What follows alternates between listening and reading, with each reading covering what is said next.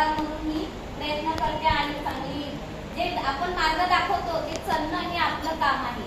घरात आई वडील असतात, तसे शिक्षक असतात आपल्याला मार्ग दाखवणारे, आपले जीवनाचे पालन करते. आपण जे ते आपलं लाईफ टाईम असतं पूर्ण शेवटपर्यंत घालवायचं कसं हे मार्गदर्शन करणारे म्हणजे आपले गुरु हे शिक्षक असतात आणि यांच्यामुळे आपल्याला नवीन जगण्याची दिशा भेटते.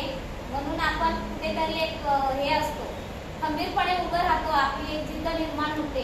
आपल्यामुळे मी एवढी शिकले, पण मतलब काय काम केलं तू एवढं शिकून, पण मी शिकले, पण मी इतरांना सांगू शकते की मी ह्या वयात शिकले. मग तुम्ही का नाही शिकू शकत? बाबासाहेबांनी महामानवांनी वर्गाच्या बाहेर बसून शिकले, मग आज तर आपण वर्गात असून बसून शिकू शकतो. एवढा अधिकार आपल्याला सावित्रीबाई फुलेंनी महिलांना एवढा अधिकार दिला, तेवढा त्रास सहन केला त्यांनी. म्हणून हे आज आपल्याला खूप आपण एकदम आरक्षण भेटतंय महिलांना. आज बघा जंतर मंतर मध्ये आपण एका चुकीमुळे मतदान हे चांगलं करत नाही, चांगल्या माणसाला निवडून देत नाही, आपल्यावर असे प्रसंग येतात.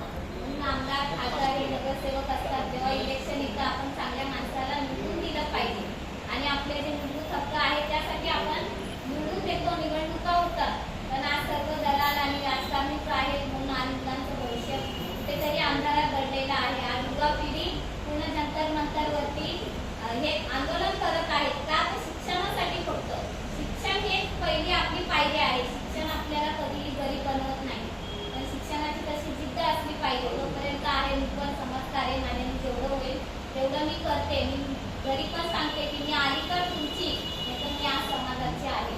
आज मी सैनिकची पण सेवा देते.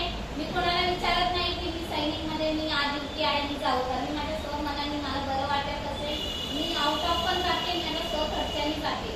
गाणं म्हणायचं पण असेल तर मला कुणी पैसे देऊ नका, जेवण देऊ नका, कार्यक्रम करून येऊन मी घरी जेवते, पण मी कोणाकडे 1 रुपया मागत नाही. माझ्या स्वखर्चाने गोधड्या कपडे शिवते